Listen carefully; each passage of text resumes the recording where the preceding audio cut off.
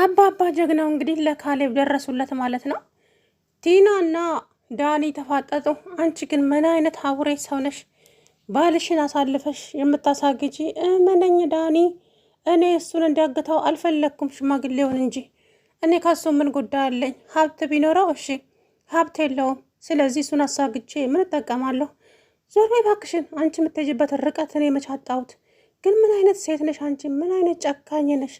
ለእሱ ያልተመለሽ ለእኔ የምትመለሽ ይመስልሻል እንዴ? ሲል እንግዲህ ዳኒ ከዚህ በኋላ ለእያንዳንድ ነገር ላደረግሽው እኔ ራሴ ዋጋ አስከፍልሻለሁ። ቲና እመኝኝ።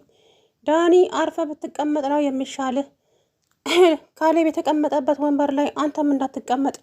እኔ ቲና ከዚህ በኋላ ለማንም አራራም ነግሬሃለሁ አለችው። ጭራሽ እኔም ታስፈራሪኛለሽ? አዎ እየነገርኩም ነው እያስፈራራሁም ነው። ተጠንቀቅ፣ ከዚህ በኋላ ርህራህ የሚባል ነገር የለኝም አለችው። ከዛም እናንተ እኮ ከጠላቶቼ ጋር አንድ ሆነህ ነው እዛ እንትን ያልከው፣ ከኔ ጎን እየቆምክልኝ አይደለም። ስለዚህ እኔም ደግሞ አንተ እንደከዳኸኝ እኔም እከዳሃለሁ ዳኒ። እስከ ዛሬ ድረስ ብዙ ነገር አብረን ስንሰራ ቆይተን፣ አሁን ግን ተቀይረ አንተም ከነሱ ጋር ሆንክ እና እኔ ከአንተ ጋር የምቆም ይመስልሃል እንዴ? ለአንተ የሚሆን ጊዜ የማባክንበት ምንም አይነት ነገር የለኝም አለችው። ቲና ብታርፊ ነው የሚሻልሽ። እመኝኝ፣ ዋጋ ትከፍያለሽ ለእያደረግሽው ነገር። ወይ ከገንዘብ ገንዘብ የለሽ ወይ ምንም ነገር የለሽ። እንደዚህ አድርገሽ አንቺ አሁን እነኚህ ሰዎች በእጅሽ ልታስገቢ ነው። እውነት የማይሆን ነገር እየሰራሽ ነው ቲና፣ ተይ ወደ ራስሽ ተመለሺ እያለ እንግዲህ በጣም ተናገራት ማለት ነው። ከዛ በኋላ እሷም እኔ ወደ ኋላ የሚባል ነገር አላውቅም። በእርግጥም ካሌብ እንዲታገት አልፈለኩም። እሱ ራሱ ነው በራሱ መንገድ ያገተው ካሌብን። እናም ለእኔ ደግሞ ጥሩ አጋጣሚ ነው። ከዛ ይሄ ካሌብ ስለታገተ እኔ ብር እደራደራለሁ አለች። ከዛ በኋላ እውነት በይ እስቲ አንቺ ብቻ ነሽ እንዴ አራዳ? ካሌብ የሚደራደረው እኮ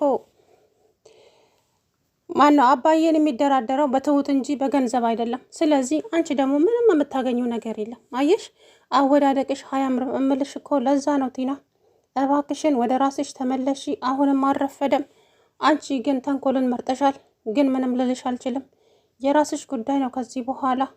እኔ ምንም አላደርግም አላት ካሌብ ዳኒ። ከዛም ዳኒ አርፈ ተቀመጥ፣ የምሬን ነው፣ በአንተ ላይ ከባድ እርምጃ ወስድብሃለሁ አለችው። ምንም አርጊ ምን፣ እኔ ግን ከዚህ በኋላ አይመለከተኝም። ግን ደግሞ ዋጋ ትከፍያለሽ፣ እመኝኝ፣ ዋጋ አስከፍልሻለሁ አላት ዳኒ። ምን አድርጌ ነው ዋጋ የምታስከፍለኝ? ቆይ እኔ ምንድን ነው ያደረግኩት? እኔ ያገትኩት መሰለ እንዴ? ምንድነው ወንድላታችሁ ሁላችሁ ወንድነታችሁን እኔ ላይ እየመጣችሁ የምትለኩት? ምን ላድርጋችሁ እኔ? ከዛ በኋላ እንግዲህ አባዬ ገንዘቡን እሰጥሃለሁ፣ ችግር የለውም። ገንዘብ ነው የምትፈልገው? ትሁትን አልሰጥህም። መቼም ሲያምር ይቀራል እንጂ ትሁትን መቼም አልሰጥህም። ስለዚህ ገንዘብ ከፈለክ ገንዘብ እሰጥሃለሁ አሉት አባዬ። እንግዲህ እሳቸው ሲስተም እየተጠቀሙ እንጂ ትሁትን አሳልፈው ሊሰጡ አይደለም። ከዛም ትሁት ከአባዬ ጋር ተስማማችና ትሁትን ይዞ ካሌብ የታገተበት ቦታ ሄደ፣ አባዬ ማለት ነው። ከዛ በኋላ እንግዲህ ወይዘሪት ቲና እነሱን ስታያቸው በጣም ደስ አላት። ወይ አንተ ጎበዝ እኮ ሆነ አለችው ተመስገንን። ጎበዝ እኮ ሆነ መላ አታጣም አይደለ? ዝም ብለሽ ቆሚ እንጂ አለበለዛ ባልሽ የተቀመጠበት ወንበር ላይ ነው የማስቀምጥሽ አላት። ቆይ ለምንድን ነው ሁላችሁም እኔ ላይ የምትበረቱት እንዴ? ቆይ ሴት ላይ ነው እንዴ ጉልበትን የምታሳየው? ከቻልክ ይኸው ደብድበው። አግተው የለ እንዴ? ለምን ደበድበዋለሁ? አግቸዋለሁ እኮ። ስለዚህ እሱ መደብደብ አይጠበቅብኝም። አርፈሽ የማትቀመጪ ከሆነ ግን እሱን ለቅቄ አንቺን ነው እዚህ ጋር የምጠፍርሽ አላት። ከዛም በኋላ እንግዲህ ወይዘሪት ቲና ጥጓን ይዛ ቆመች ማለት ነው። አባዬም እሺ ስንት ትፈልጋለህ ሲሉ እኔ ገንዘብ አልፈልግም፣ ሽማግሌ ሰማም እንዴ? ምፈልገው ሚስቴን ብቻ ነው። እሺ ሚስትህን እሰጥሃለሁ፣ ልጄን ግን ምንም ነገር እንዳታደርግብኝ። እኔ ከሱ ምን ጉዳይ አለኝና ነው ለሱንም የሆነ ነገር የማደርገው? በእርግጥም ያልኩህን ነገር ካላደረግ አልለቀውም አለው ማለት ነው። ከዛ በኋላ እንግዲህ አባዬ አብረን ነው የምናየው። እንግዲህ ዛሬ እስኪ የሚሆነውን ነገር አብረን እናያለን። ስለዚህ እናንተ ምንም አትፍሩ ልጆቼ አለ አባዬ። አባዬ ነገር ግን በጣም አስፈርቶኛል አለች ትሁቴ። ትሁቴ ምንም አትፍሪ፣ እኔ ያለው ያልኩሽ አባትሽ። ስለዚህ ዛሬ ጉዱ ይለያል አላባዬ። ከዛ በኋላ እንግዲህ ትሁትን ይዞ ተመስገን ጋር ሄደ። እሷን አይደለም የምትፈልገው? አዎ ባለህበት ቁም፣ እሷን ባለችበት ትቆማለህ። መጀመሪያ ካሌብን ፍታው፣ ከዛም ትሁትን እሰጣሃለሁ አለው። እሱም ኧረ እባክህ አንተ ሽማግሌ ስታየኝ ሞኝ እመስልሃለሁ እንዴ? ሞኝ እኮ አይደለሁም። ከዛ ካሌብ እንዳይናገር አፉን ጥፍር አድርጎ እንግዲህ ካሌብ ራሱን ያወቀው እዛ ውስጥ ነው። ምክንያቱም ምን ይሆን ምን የሚያውቀው ጉዳይ የለም። ግን ከእንግዲህ ካደነዘዘው በኋላ ነው ተሸክሞ መቼም እዛ የወሰደው ማለት ነው ሰውየው። ከዛ በኋላ እንግዲህ ካሌብ ራሱን እዛ ውስጥ ሲያገኝ አንተ የማትረባ ወንድነትህ በዚህ ነው እንደ የሚለካው? እኔን አግተህ ምን ልታገኝ ነው? ቆይ ለምንድን ነው ያገትከኝ? ምንድን ነው የምትፈልገው ከኔ? እያለ እንግዲህ ያዙ ይልቀቁኝ አለ ማለት ነው። ከዛ በኋላ እኔ ከአንተ ምን ልፈልግ እችላለሁ? የምፈልገው ነገር ቢኖር ግን ትሁትን ብቻ ነው። ስለዚህ ትሁቴን ደግሞ የራስ ለማድረግ እየጣርክ ነው አሉ። እና ዝም ብዬ ትሁትን አሳልፌ ላንተ ምሰጥ ይመስልሃል እንዴ? ስታየኝ ሞኝ ይመስላለሁ እንዴ እኔ? እያለ እንግዲህ ያዙ ይልቀቁኝ አለ ማለት ነው።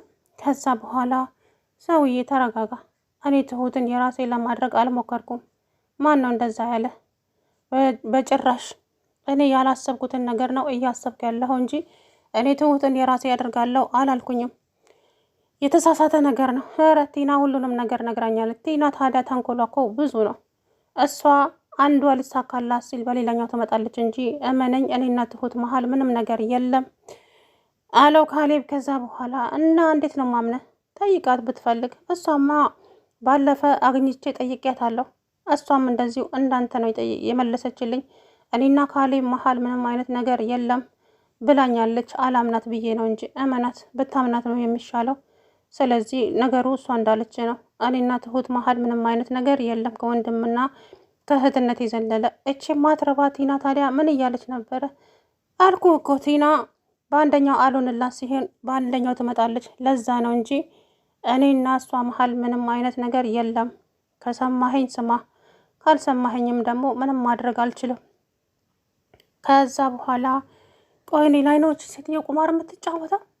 እኔ አባቷ ነው የምትፈልገው አለና እንግዲህ ከዛ በኋላ እኔን ትለቀኛለህ ወይስ አልለቀኝም? አልለቅህም። ለምን እለቅሃለሁ? ለምን አሰርኩ? ለምን እለቅሃለሁ? የምፈልገውን ነገር እጄ ላይ እስከሚገባ ድረስ በፍጹም አልለቅህም። ስለዚህ ተረጋጋ። ከዛ በኋላ ቆይ ምንድን ነው የምትፈልጉት ከኔ? የምትፈልገው ነገር ምንድን ነው? ንገረኝ። ነገርኩ እኮ አሰማም እንዴ? በምንኛ አማርኛ ነው የምትሰማው? ስለዚህ በአማርኛ አሰማም እንዴ? እኔና ትሁት ማለት ምንም አይነት ነገር የለም አልኩ። ከዚህ የበለጠ እንዴት ላስረዳህ? አላምነህም ካሌብ፣ በፍጹም አላምነህም። በቃ ካላመንከኝ ምን ላደርግልህ እችላለሁ? ያመንክ ጊዜ ታምነኛለህ። ስለዚህ አሁን ምንም ልረዳህ አልችልም እኔ። ከዛ በኋላ እንግዲህ ትሁት ቲና ጋር ቢደውል ስልኩ እየተነሳለት አይደለም። ከዛም በኋላ ምንድን ነው የተፈጠረው? ምንድን ነው የሆኑት?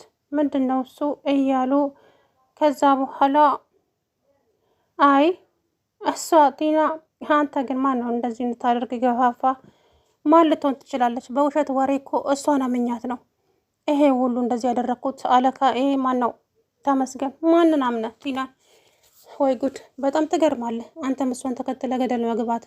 እሷ እኮ አማራጭ ስታጣ ነው የሌለ ነገር እያወራች ያለችው እንጂ እመነኝ፣ ትሁት እንደ ልጄ ናት፣ እንደ ካሌብና ትሁትም ደግሞ እህትና ወንድም ናቸው እንጂ ምንም ነገር የላቸውም አሉ አባዬ። ከዛ በኋላ እንግዲህ እዚህ ባሏ የተቀመጠበት ወንበር ላይ ነው እሷን አስሬ የማስቀምጠው። እቺ ማትረባ እኔን የምታታልለኝ እንዴ ሲል እንግዲህ ጓ አለ ማለት ነው። ሰላም ውድና የተከበራችሁ የተስፋ ቻናል ቤተሰቦች እንዴት ናችሁ? አላሁ ደህና ነኝ። እንግዲህ አባዬ ጀግና ፈጥኖ ደርሷል ማለት ነው ከትሁቴ ጋራ። ነገር ግን ሲደርስም አቶ ተመስገን እጁን ወደኋላ አስሮት ካሌብን አፉንም በፕላስተር አፍኖ ይዞታል። ልጄን ፍታው። አልፈታውም። አንተ ሽማግሌ ባትፈታተነኝ ይሻልሃል። ነግሬሃለሁ። ወይ ጸባይ የለ ወይ ደግሞ ጥሩ ነገር እንትን አትል። ስለዚህ የፈለገ ነገር ቢሆን ልጅህን አልፈታውም። ከዛ በኋላ እንግዲህ እና እኔ ምን አደረግኩኝ? ቆይ ምንድን ነው አልኩ። እሷ በአንደኛው ስትላት በሌላኛው ትመጣብሃለች፣ በዚህኛው ስትላት በዛኛው ትመጣብሃለች እንጂ በፍጹም ቲና የተሳሳተ ወሬ ነው የነገረች። ካሌብና ትሁት መሀል ምንም አይነት ነገር የለም። ምክንያቱም ተነጋግረው ስለሄዱ አባዬና ትሁት ማለት ነው ተነጋግረው ነው የሄዱት እዛ ቦታ ላይ። ስለዚህ ከዛም አባዬ እመነኝ የኔ ልጅ ትሁት ልጄ ናት፣ ካሌብም ልጄ ነው። ስለዚህ ሁለቱም እህትና ወንድም ናቸው እንጂ ምንም አይነት ግንኙነት የላቸውም አለው አባዬ። ከዛ በኋላ እና ለምን አባቷ ነው ይሄንን ወሬ ያወራችሁ? ቆይ ምን ፈልጋ ነው? ምንድን ነው የምትፈልገው? የምትፈልገውማ ንብረትህን ነው። አንተ ደግሞ ንብረትህን አላስነካም ማለት።